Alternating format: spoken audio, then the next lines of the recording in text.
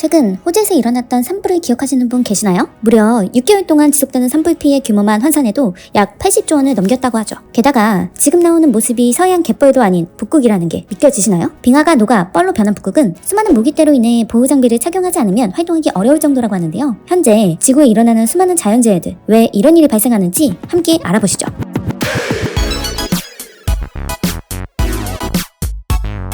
2019년 가을, 인도양의 동해와 서해의 수온차가 2도 이상 차이나게 되면서 엄청난 기상이변이 일어날 수 있음을 예고했습니다. 우리가 현실에서 직감적으로 느끼는 2도라고 하면 그게 뭐 얼마나 차이가 난다고 생각하실 수 있습니다. 하지만 지구의 열 90% 이상을 흡수하는 바다에서 갑작스럽게 수온이 바뀐다는 것은 넓은 영역의 원자폭탄이 몇백 개가 떨어지는 것과 맞먹는 열을 받았다고 생각할 수 있습니다. 뜨거워진 바다로 인해 대기순환 구조에 이변이 생기게 되면서 큰 재앙이 닥친 나라는 호주였습니다. 2019년도 여름, 극단적인 폭염과 가뭄이 일어나기 시작하더니 9월 호주 동부에 첫 산불 신고가 접수되었고 속도가 붙기 시작한 산불은 고작 한 달 사이에 동부 전체를 화마로 휩쓸었습니다. 뜨거운 열기가 올라 마른 하늘에 번개가 내리쳐 불씨를 키우고 빠른 바람과 맞물린 불씨에서 수백 미터의 화염 토네이도를 만들어 진압을 어렵게 만들었죠. 끝날 기미가 보이지 않는 산불에 하늘은 밤낮 가릴 것 없이 붉은색으로 물들었고 국민들의 사기는 저하되고 절망감과 공포에 휩싸였습니다. 또한 호주 산림에서 살던 야생 동물들도 삶의 터전을 잇고 도망치거나 화재로 인해 사망하였고 특히 호주의 상징인 코알라의 개체수가 8만 마리 중 6만 마리나 희생되었다고 보고가 되었죠. 2020년 1월에는 갑자기 골프공 크기만한 우박이 내려 사람들이 다치는 일도 발생했는데 이 또한 화재에 뜨거운 공기를 타고 올라간 먼지들이 찬 공기를 만나 갑자기 얼게 되면서 무게를 못 이기고 떨어져서 일어난 일이었죠. 호주의 화재는 2020년 2월 6개월 만에 종식이 되었는데요. 산불이 진화된 것 또한 갑자기 내린 기록적인 폭우로 인해서였습니다.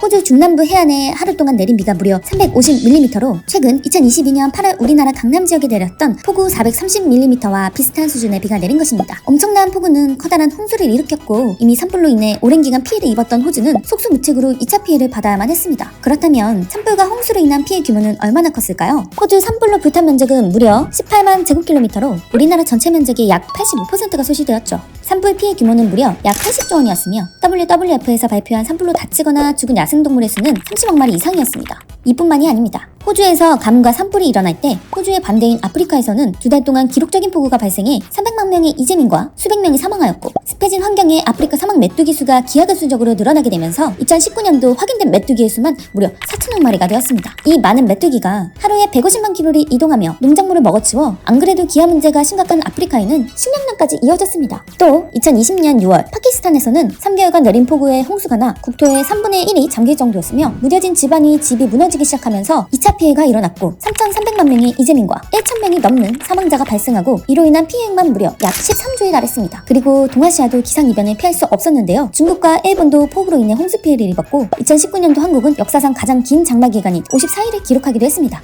한국도 자연재해 안전구역은 아니라는 거죠.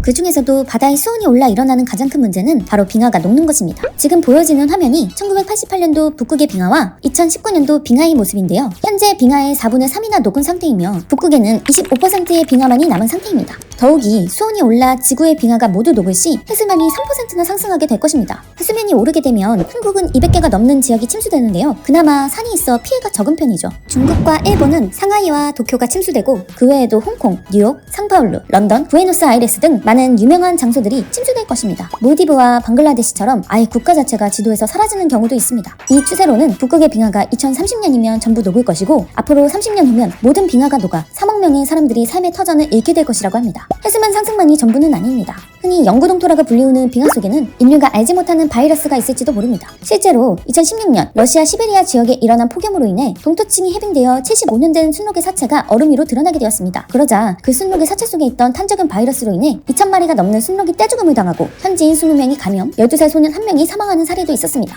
마지막으로 가장 큰 문제는 빙하가 사라지게 되면 즉 지구의 열을 반사하는 장치가 사라지게 되는 것이라 태양열을 바다가 고스란히 흡수하게 되고 따뜻해진 바닷물은 지구의 온도를 상승시키고 앞서 말했던 수많은 사례들보다도 훨씬 더 강력하고 많은 기후이변이 일어날 것입니다. 뜨거워진 지구에는 폭염으로 인해 잦은 지진과 가뭄이 일어나고 끊임없는 가뭄에 사막으로 변하는 지역이 대부분이 될 것이며 그나마의 지역들은 슈퍼태풍으로 인해 폭우와 홍수가 일어나면서 고온다습한 열대우림의 모습을 할 것입니다. 이는 시간이 지나 더욱 심각해질 것이고 지구는 더 이상 생명체가 살 수 없는 곳으로 변할지도 모릅니다. 이러한 지구온난화를 가속시키는 대표적인 이유는 바로 탄소 배출입니다. 특히 우리가 타고 다니는 자동차에서 나오는 온실가스는 최근 5년간 대한민국 평균 배출량이 배출 허용 기준보다 44.8% 8% 높게 배출되고 있습니다. 그렇다고 해서 자가용을 완전히 안 타고 다닐 수는 없는데 우리가 할 수 있는 일은 무엇일까요? 혹시 에코 드라이빙이라는 말을 들어보셨나요? 에코 드라이빙은 차량의 연료비를 절감하고 안전한 운전 습관으로 교통사고율을 감소시키며 적은 연료 소비로 지구에 끼치는 나쁜 영향을 최소화하는 운전 방법입니다. 에코 드라이빙의 방법은 여러 가지가 있습니다. 첫 번째로 차량을 가볍게 하는 것이 좋습니다.